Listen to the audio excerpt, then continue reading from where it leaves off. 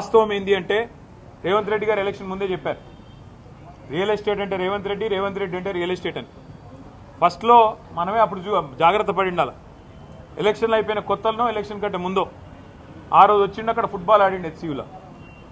హెచ్సియూకి వచ్చిండు, ఫుట్బాల్ ఆడిండు, అప్పుడే కన్ను పడ్డది భూముల మీద. ఇప్పుడు పిల్లల్ని ఫుట్బాల్ ఆడుతూ ఉన్నాడు, లెక్క చేయట్లేదు.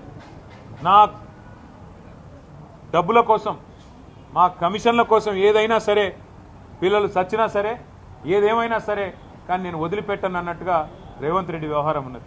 మరి నేను అడుగుతున్నా, మీకు బాధ్యత లేదా రాహుల్ గాంధీ గారు? మీ ముఖ్యమంత్రిని నియంత్రించాల్సిన బాధ్యత, ప్రజాస్వామికంగా ఉండాల్సిన బాధ్యత, ప్రజాపాలన అన్నప్పుడు అందులో కొద్దిగా ప్రజాస్వామిక స్ఫూర్తి ఉండాలనే ఇంగితం మీకు లేదా? ఇక్కడ నెమళ్ళ రోదన్లు, అక్కడ జింకలు పరిగెడుతున్న విధానం ఏం కనబడతలేదా మీకు? ధ్వంసం కాబోతున్న చెరువులు కనబడతలేవా? దెబ్బతినబోతున్న పర్యావరణం కనబడతలేదా? అక్కడ కొన్ని ఎగ్జాటిక్ స్పీషీస్ ఉన్నాయి, ఫ్లోరా ఫానా ఉంది అక్కడ పెద్ద ఎత్తున. ఇదంతా ధ్వంసమైపోతుంటే మీకు, మీ నాయకత్వానికి ఇదేం వినబట్టలేదా అని మేము అడుగుతా ఉన్నాం. తప్పకుండా ఆ పిల్లలు ఏ రకంగా పోరాటం చేసినా వారికి అండగా నిలబడతాం.